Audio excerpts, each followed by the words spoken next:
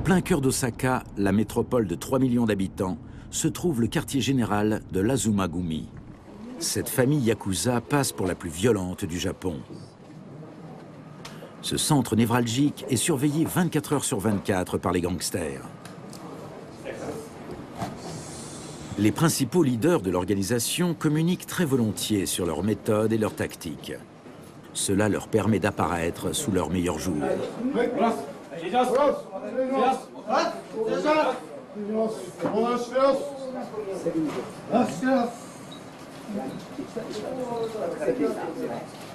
Ils sont polis et accueillants, des qualités qu'on leur a toujours concédées.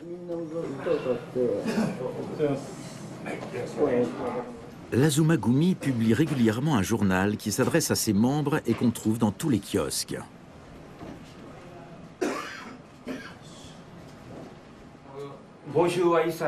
Nous ne leur donnons aucun salaire. Ceux qui veulent intégrer notre clan sont les bienvenus. Certains parents ne savent pas quoi faire de leur fils. Ils n'en peuvent plus de leur fils et veulent les faire vivre à la dure. Il y a ce cas de figure. Ils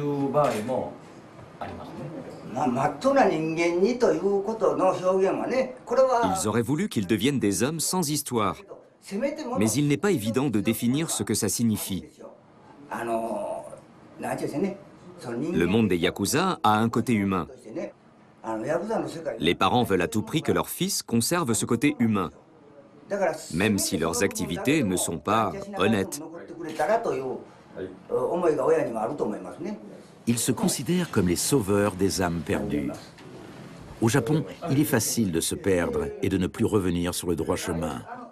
Il n'est pas donné à tout le monde de supporter la pression continuelle subie au travail. Certains n'y arrivent pas. Il est alors toujours possible de faire carrière chez les yakuza.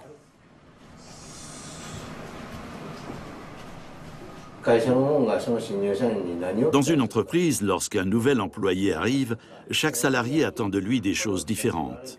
Mais dans notre clan, on n'attend rien de particulier d'une nouvelle recrue. Chaque personne a des capacités différentes, que ce soit dans le domaine économique, sur le plan physique ou intellectuel. Chacun contribue différemment au bon fonctionnement du clan. En général, les hommes entrent dans notre clan parce qu'ils aiment ses dirigeants. Mais adoration et amour sont deux choses différentes. Le mont Fuji est magnifique. C'est la plus belle montagne du Japon. De loin, on a cette impression, mais quand on l'escalade, on se rend compte que c'est faux. Tous ceux qui ont de l'adoration pour le monde des yakuza échouent parce qu'en réalité, c'est un milieu sale, qui sent mauvais. Mais s'ils sont amoureux de leur chef, ça ne les dérange pas. Ils ne vivent que pour leur chef. C'est la clé de notre réussite. Notre clan compte à peine 200 hommes, mais nous survivrons face au clan plus important grâce à ça. La calligraphie est la passion de l'Oyabun Kawaguchi.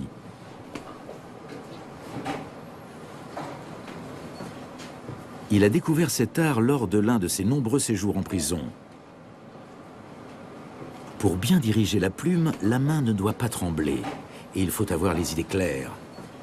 Ce sont ces mêmes qualités que l'on attend d'un bon chef yakuza.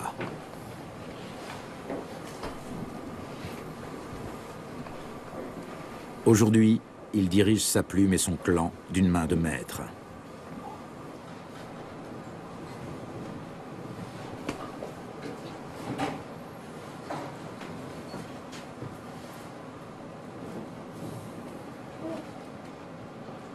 L'élément principal de son tatouage laisse augurer de sa force et de sa pondération. Il s'agit de la méduse, tirée de la mythologie grecque, qui, selon la tradition, dispose des caractéristiques opposées à celles de son porteur. Furieuse, méchante et impulsive.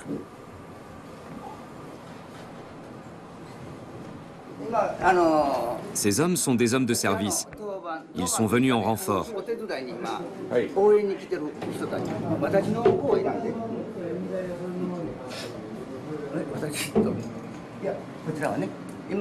Sur leur chemise, c'est le nom d'un clan, un grand blason.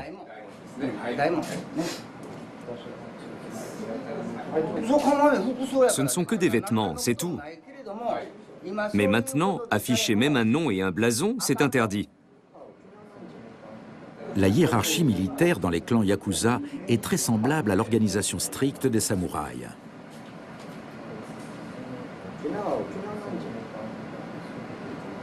À la différence des guerriers antiques, chez les yakuza, seuls les hommes de rang inférieur portent l'uniforme.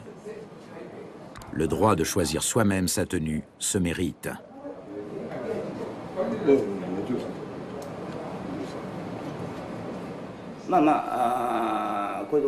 Les caméras de surveillance nous permettent de repérer immédiatement l'arrivée de la police ou de visiteurs.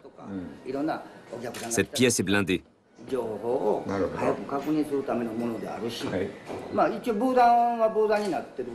Avant, cet endroit était destiné à la détente, mais ce n'est plus le cas. On l'utilise comme bureau.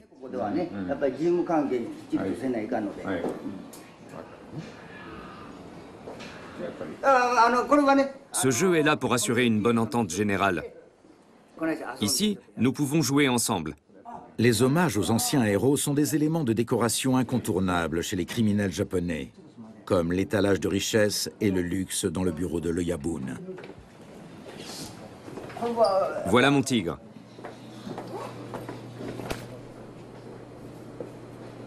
Une preuve de puissance plus qu'explicite.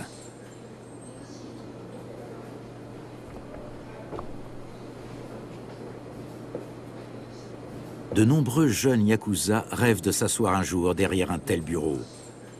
Dans ce monde, tout paraît possible. Mais ce genre de promotion ne concerne qu'une élite.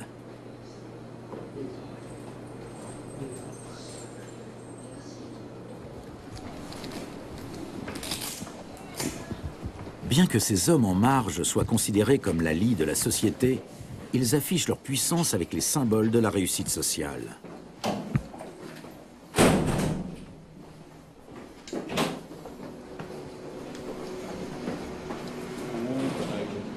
Pour les membres de l'Azumagumi, les valeurs traditionnelles semblent avoir moins d'importance. Ici, personne n'a honte de son statut de yakuza.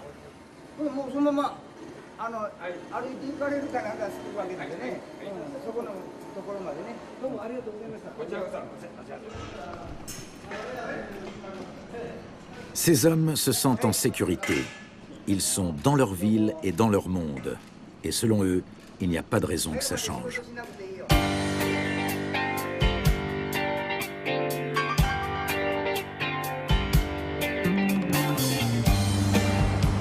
Voici l'univers qui permet aux hommes de l'Azumagumi de ne pas se soucier de l'avenir.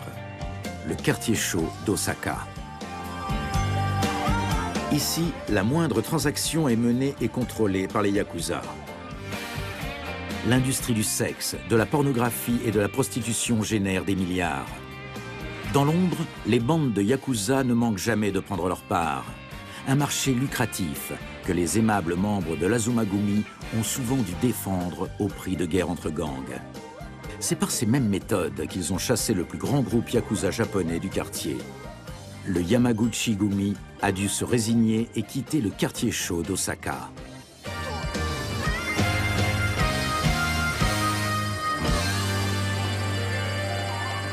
Ils forment la plus grande et la plus célèbre des familles yakuza. Ils ont la réputation d'être particulièrement violents et leurs 56 000 membres les rendent presque intouchables. Pour protéger leurs intérêts douteux, il leur faut un excellent conseiller juridique. Yukio Yamanouchi est avocat pénaliste. Parmi ses clients, on trouve de nombreux membres du Yamaguchi-gumi qui, comme auprès d'un confesseur, viennent librement lui raconter leur vie. Il connaît les yakuza et leur façon de vivre.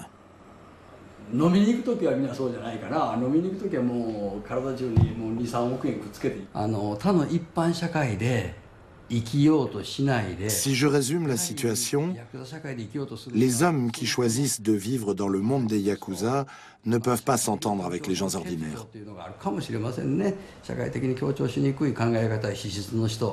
Ils entrent dans le monde des yakuza à la recherche d'une plus grande satisfaction mentale.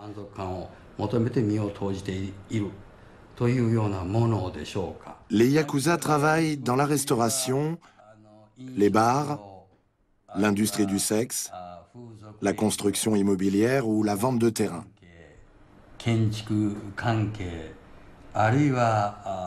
Souvent, la véritable activité de ces groupes illégaux est le trafic de drogue.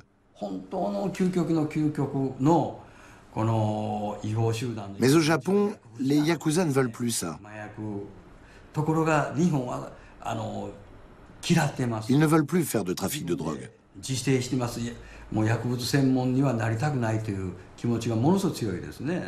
Sa connaissance profonde de ce qui reste pour la majorité des Japonais une société refermée sur elle-même a inspiré ses romans à Yukio Yamanouchi. Plusieurs ont été adaptés au cinéma avec succès et sont devenus des films cultes. Et pas uniquement au Japon. Un homme et une femme sont amoureux, mais l'homme prend peur de ses sentiments et commet un meurtre, sans raison. Il retourne alors en prison. C'est l'histoire très triste d'un homme qui n'arrive pas à s'adapter à la société.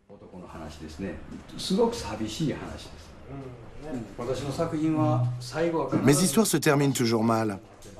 Il n'y a jamais de happy end.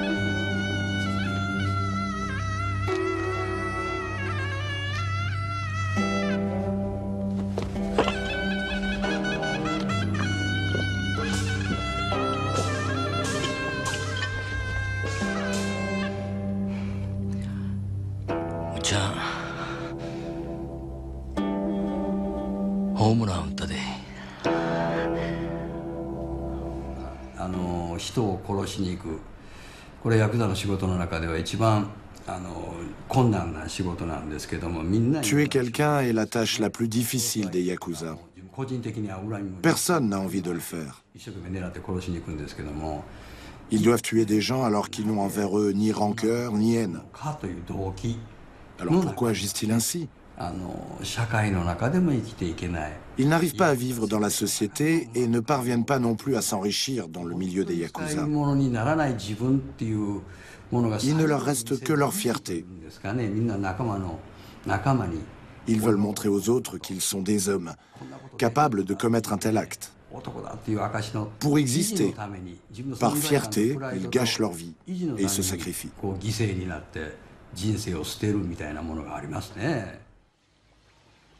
Maître Yamanouchi est fier d'être l'ami des Yakuza.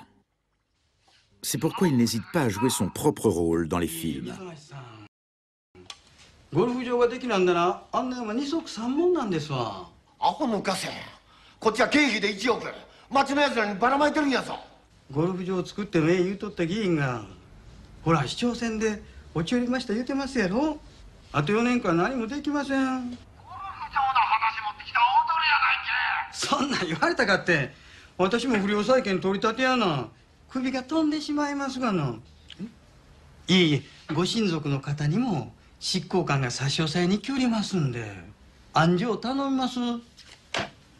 Même si les films restent purement fictionnels, ils sont parfois terriblement proches de la réalité.